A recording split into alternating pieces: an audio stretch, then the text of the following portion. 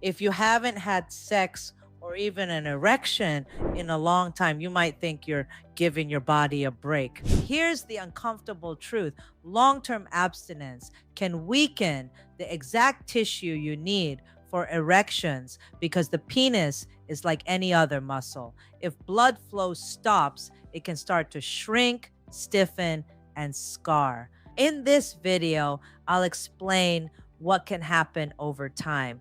The simple maintenance routine I recommend twice a week, and how this also connects to prostate health and why weekly ejaculation can matter.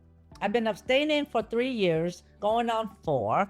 Is there any health or long-term consequences to go that long without sex? That's a great question, Lebo. What's the reason why you're abstaining?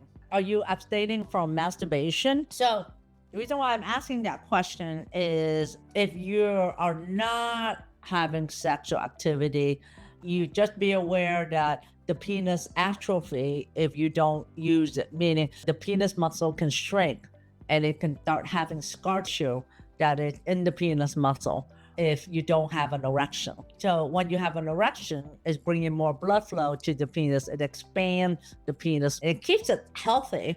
So if you're abstaining, then maybe you should masturbate to continue the blood flow to the penis, keep the muscle flexible to having the sensation what it's like to have an erection. It's kind of like your muscle, your biceps muscle here, if bend your elbow, exercise to atrophy, right, start to shrink. And then when the muscle fibers get filled up with a scar tissue, and then over time, it's harder for that muscle to expand.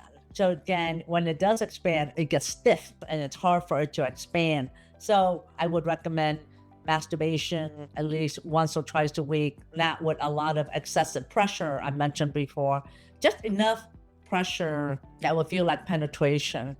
I would say enough pressure that you don't see any bruising on the penis, you don't see any swelling on the penis. So that's the only thing that I can see. If you're not having an erection, just be careful. If maybe have some atrophy, that's all. Other than that, it's the only thing that I would think of. However, you don't need to kind of masturbate with using your hand. You can actually just exercise it with just the penis pump. I don't know why I didn't think about talking about the penis pump before.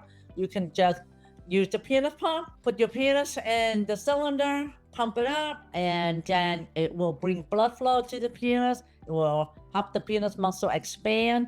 And if you do that about 2 times a week, you should be okay. No need for masturbation using your hand, just use the penis pump and keep the penis erect in the cylinder for about 10 minutes. Don't go more than 10 millimeter of pressure, then you should be okay. That's like maybe twice a week, once a week, but at least have some kind of erection once a week.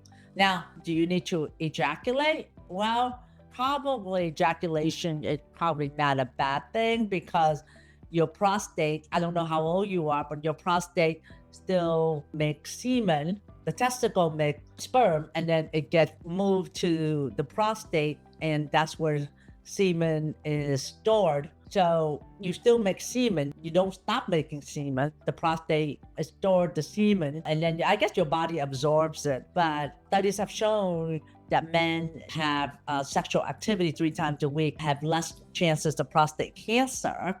What I'm trying to say is that if you're going to abstaining and if you're going to use the penis pump, may not be a bad idea to also get rid of that semen as well too, to ejaculation, just to kind of clear the pipes, kind of get the semen moving along and not clamp down on the prostate, because the prostate probably gonna get like swollen, clamped down if you don't get rid of it. Okay, so once a week, probably. I call it cleaning the pipe. Keep the pipe going, and maybe once a week, because you know what? Our body is geared toward procreation because our body is made to be able to have sexual activity to carry the humankind or the DNA over the years. Believe it or not, that's kind of like the primordial, the primitive way that our body is made to carry the human gene. And so the way that your body is made is to continue to always feed the reproductive system to keep it going. and that if you're not keeping it going, it may get blocked up.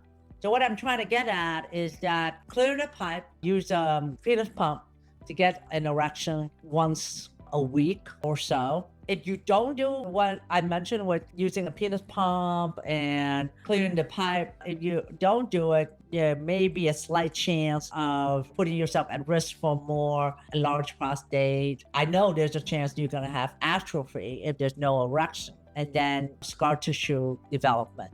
I guess the long-term risk is that you may put it yourself for harder chance to get an erection later on. Where can you get the penis pump? You can get the penis pump at ednomore.com, or check the link down below this video to get the penis pump so you can start exercising your penis again. Remember, you are only one pump away. Is there a difference between ED specialist and a urologist? There is. There is no specialty that specifies ED specialist, but an ED specialist could come from multiple specialty. I'm a physical medicine and rehab board certified physician. So I come from a pain management, orthopedic medicine perspective, but my training involved comprehensive treatment and evaluation of the whole body, evaluating the nerve and the muscle and the whole complete body and hormones as a complete unit for treatment for pain, but for rehabilitation and for function.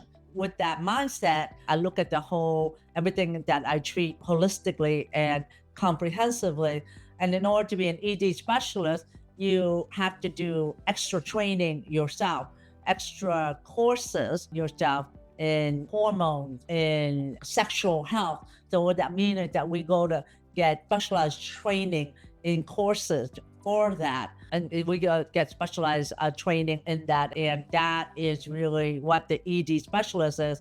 Compared to urologists, urologists are specialists in urology, which is the bladder, the ureter, and also obviously a male and female sexual organ. So there's an overlap between urology and OBGYN for women. And there's also overlap with the kidney specialist, with the urologist, but not every urologist or sexual health specialist. Some urologists just do medical management. Some sexual health specialists prefer not to, because sexual health specialists really do need to have a background in hormone replacement therapy, as well as a holistic understanding of sexual health.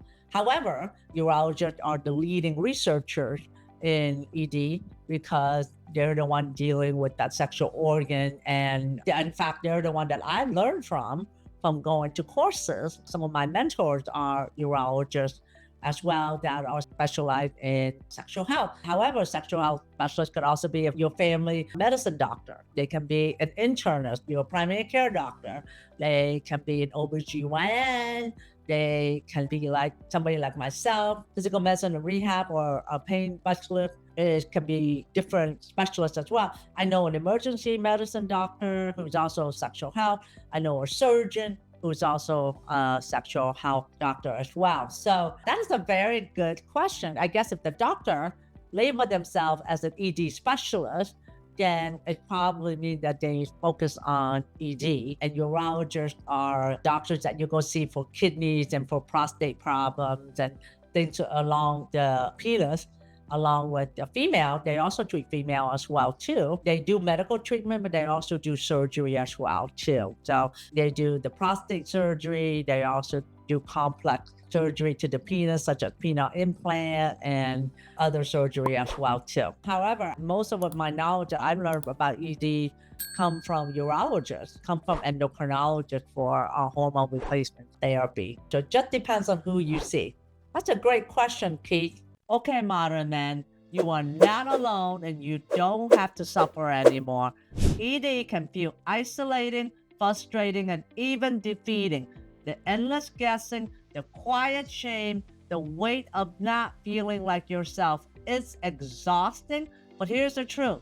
You are not broken. You are not alone. You don't have to figure this out alone anymore. The Get Wood Now Boost program is your step-by-step path to sexual confidence and restoration. No more suffering in silence. No more trial and error. just real solution, real result, and the confidence you deserve. It's time to take back your power on your term. Let's get this journey started together. Check out the course at getwoodnow.com. I'll see you there.